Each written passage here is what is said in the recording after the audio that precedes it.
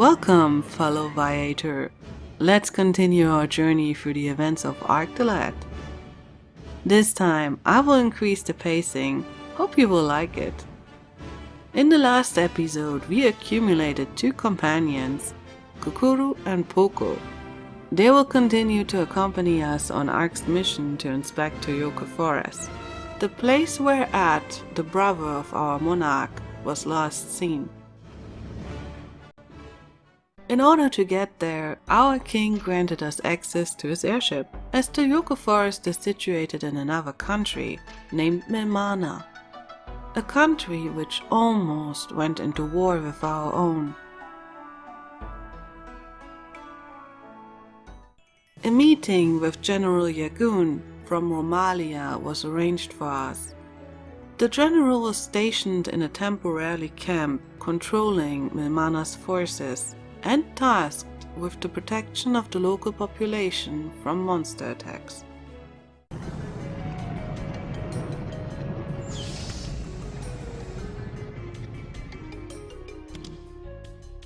One of his warriors picked us up on arrival and escorted us to his office. Upon stepping into his camp, we catched some rumors regarding the general. Yagun had this reputation of a dreadful warrior, though no one saw him ever fighting. Yet even the monsters didn't dare anymore to attack the camp directly, since his arrival. Our arrival, though, wasn't very welcomed. The soldiers felt insulted by us, since a bunch of kids got dispatched to take their work over.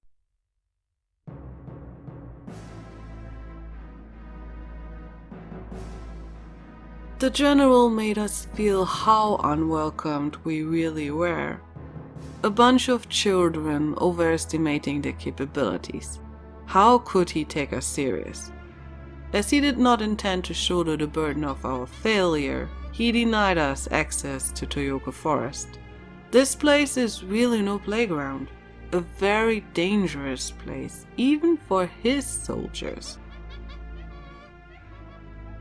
It was Kokoro's intervention which saved us from being sent straight back home. As envoys of the king, Yagun was under compulsion to give us at least a chance to make a mark.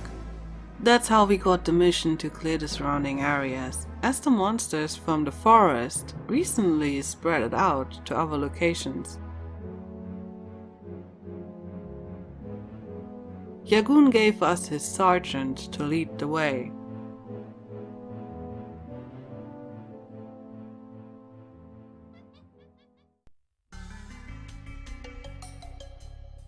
Yagun's arguments have had sounded reasonable if he hadn't combined them with this terrible laughter and disrespectful attitude. His demeanor bucked Kokoro. Bursting with self-confidence, she and Arc made it their goal to prove the general's impression on themselves wrong.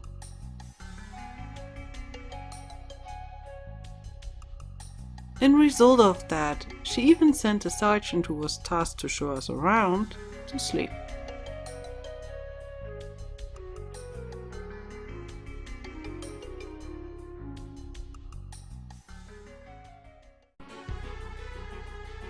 Toyoke Forest is surrounded by 3 swamp-like areas of very similar appearance, each adorned with exactly 1 chest which I could not reach. I wonder if there's a trick to it, which I've been just too stupid to figure out. The battles in these 3 areas brought us a number of welcomed level ups, and I learned a new mechanic. Apparently, jumping over obstacles is a thing here. They can even jump over one another, which is very useful. The swamps also serve as introduction for 2 new enemy types. We got those plant thingies who are very squishy but can multiply themselves. And we run into the first flying units. Those can handle a few hits and obviously can fly to easily reach our more vulnerable units. For the time being, our group has been at a decent enough level to face no real challenge with those.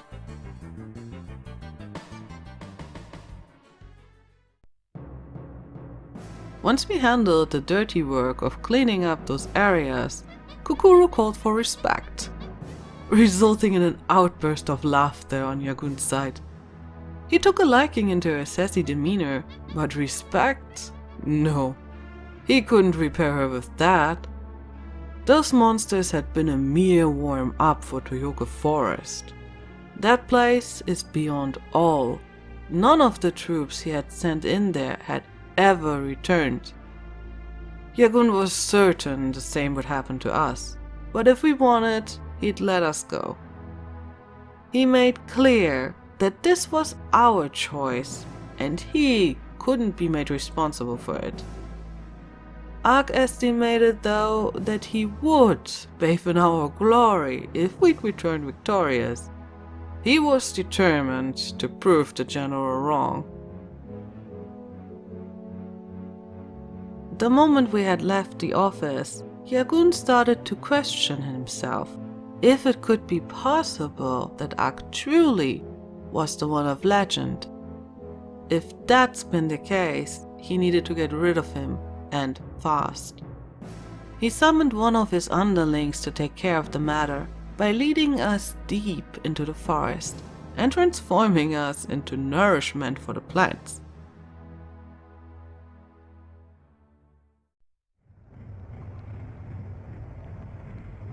Toyoke Forest could only be reached via the military's train. This ginormous thing was built in Romalia, the largest country in this world. It got outsourced once they upgraded their fleet. Now it's used to safely transport food and medicine. With this, the military can even reach the most remote villages and support them with goods.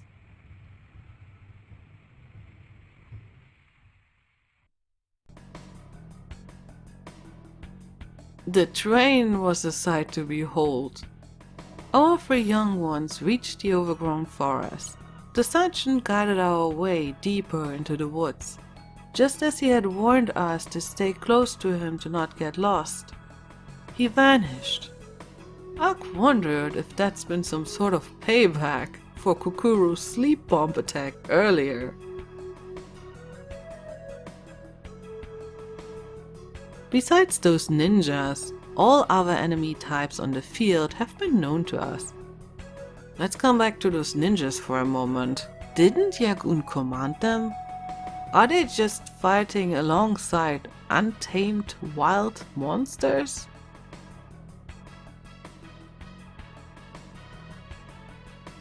As quickly as they could, the flying bug things came onto our backs. This way though, we got them out of the game early.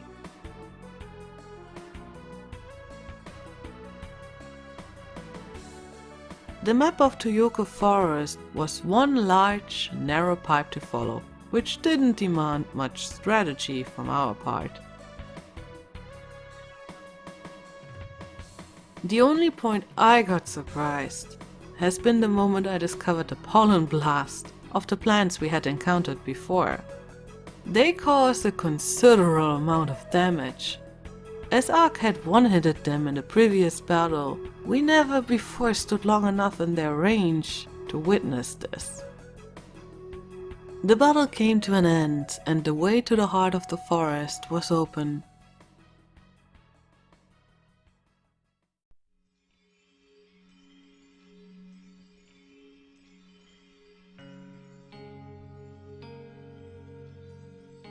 This is really beautiful. Ark and Kukuru praised the beauty of this clean and prosperous place.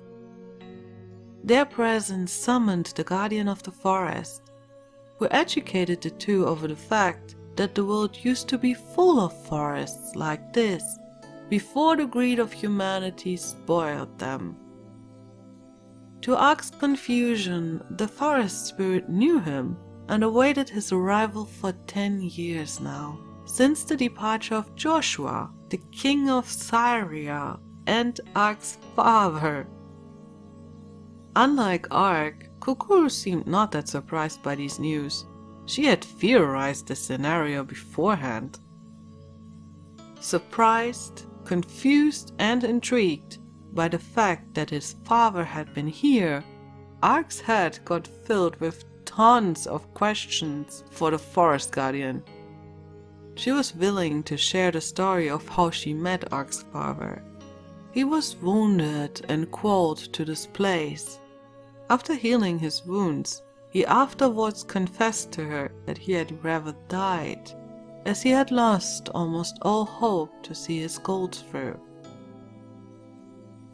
Speaking about the loss of hope for humankind to better themselves, the Guardian added that humans are blind to the influence they have on the world around themselves. They had lost their wonder and love for the world into which they were born, resulting in them bending nature to their careless desires, which will ultimately lead into the destruction into what gave life to them. Ark refused to put all of humankind into this one pocket. It's been the same for his father. Joshua departed and continued to fight for his race and his son. He entrusted a sort of key to Ark and gave the Guardian the hero crest to hand over to us. The road ahead was unclear. Ark's request for guidance was answered with a disappointing, "Just keep following the path." To be fair, she also told us to return to Ark's hometown Torville.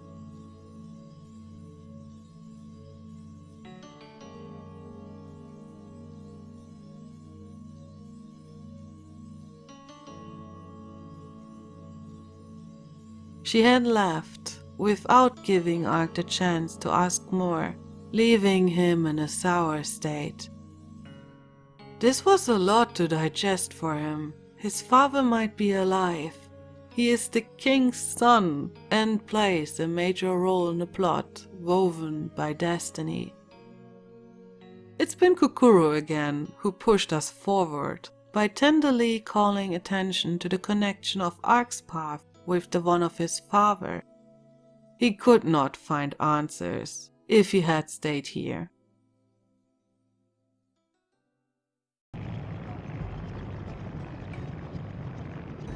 It was time to leave Milmana behind and return to Syria. Torville should have been our next stop, but our plans got cancelled by this messenger, who catched us at the airport. The king awaited us.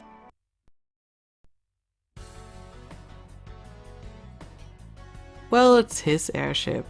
Sure, he knew first that we had returned. Almost simultaneously with us arrived these guys. Who could the red one be? Based on Boko's assessment, the one in question must have been very dangerous, as it meant something to be transported by the elite corps. This time, Ark was greeted very friendly by the guards, almost casually. Ark took the chance to ask about the prisoner. The man recognized him as a member of the town guard, and an exceptional one. Why would someone like this be treated so poorly?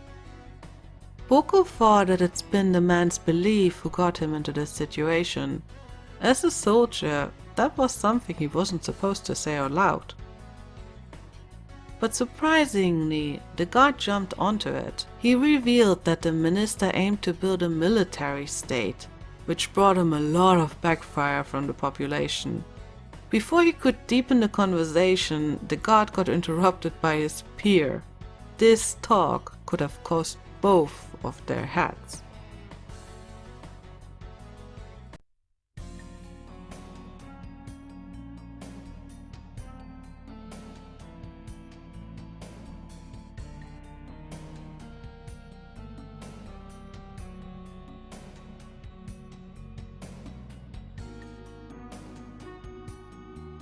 While our group went on to the audience chamber, the prisoner got pushed very harshly into his cell.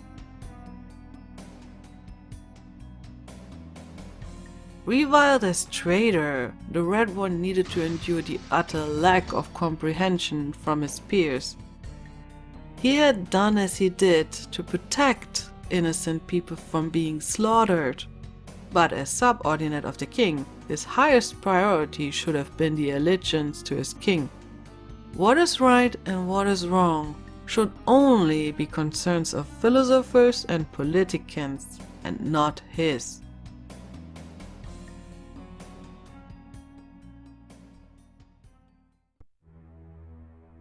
I thought the king had summoned us to see him, but he wasn't here. Instead we got welcomed by Andal, ostensibly because the king had fallen ill. As his minister, he would have listened to our report, if he wouldn't have been interrupted by more pressing matters. Seems the minister was more interested in hearing that the rebel Tosh got captured. Our presence suddenly wasn't welcomed anymore, and we got sent away by him.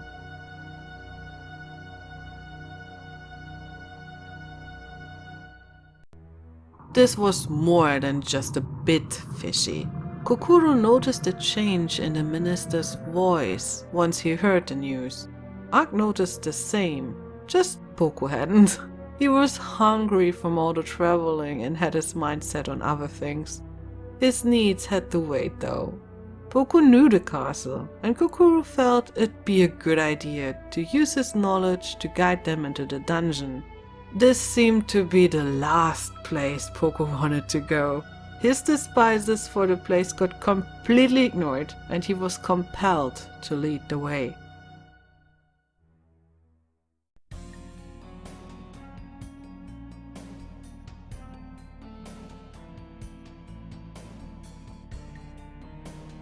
Andal must have seen a great threat in Tosh. He got sentenced to death right away. Allegedly for being a security breach. Apparently Tosh turned against Andal's orders of slaughtering his own clan. The minister couldn't have really expected the man to blindly follow such a command, did he? Well, his peers did.